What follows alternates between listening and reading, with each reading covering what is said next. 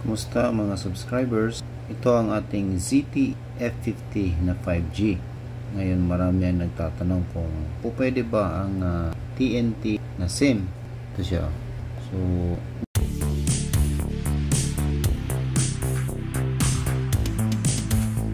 na-explain ko naman ito sa previous na mga video natin, pero sige, pagbigyan natin ng ating mga subscribers yung kanilang mga tanong, sagutin natin.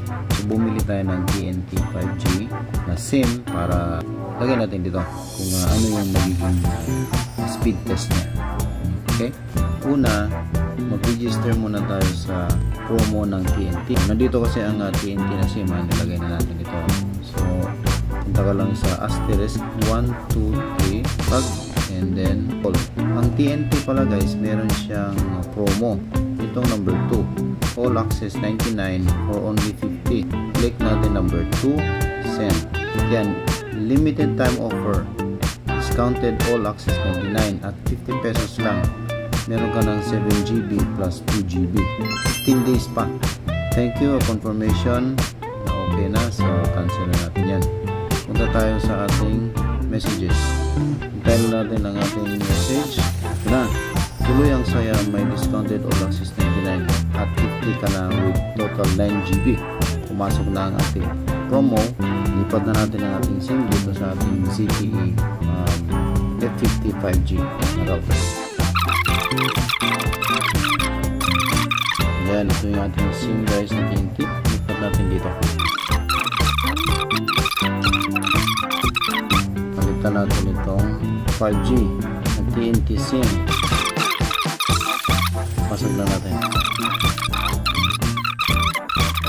Yan. Yan, power up natin. So, hintayin na natin na mag-boot. Fast forward na natin to. By the way guys, para sa kung paano to gamitin, meron tayong video dyan sa bigay ko yung link sa description para malaman nyo kung paano gamitin itong ating maliit pero mula sa ZTE. Ito ang importante, network niya 5G pag white, blue kung 4G.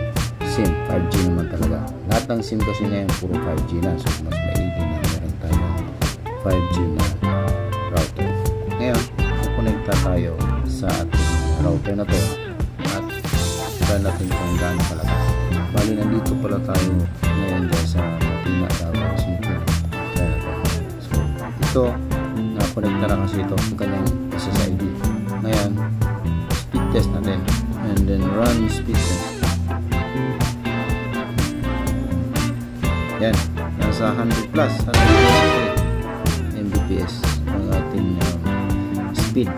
Itong ating TNT 5G na nakaregister sa 50 pesos pero 9GB ang kanyang dito.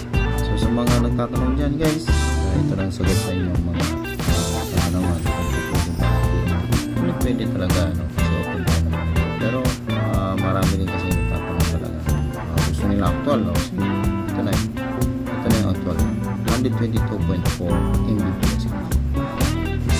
So thank you and pag-subscribe na lang kung hindi pa kayo nakapag-subscribe para malaman ninyo kung meron tayong mga ina-upload ng mga videos na mapapakinabangan natin ng ating pamilya. So, thank you and good day.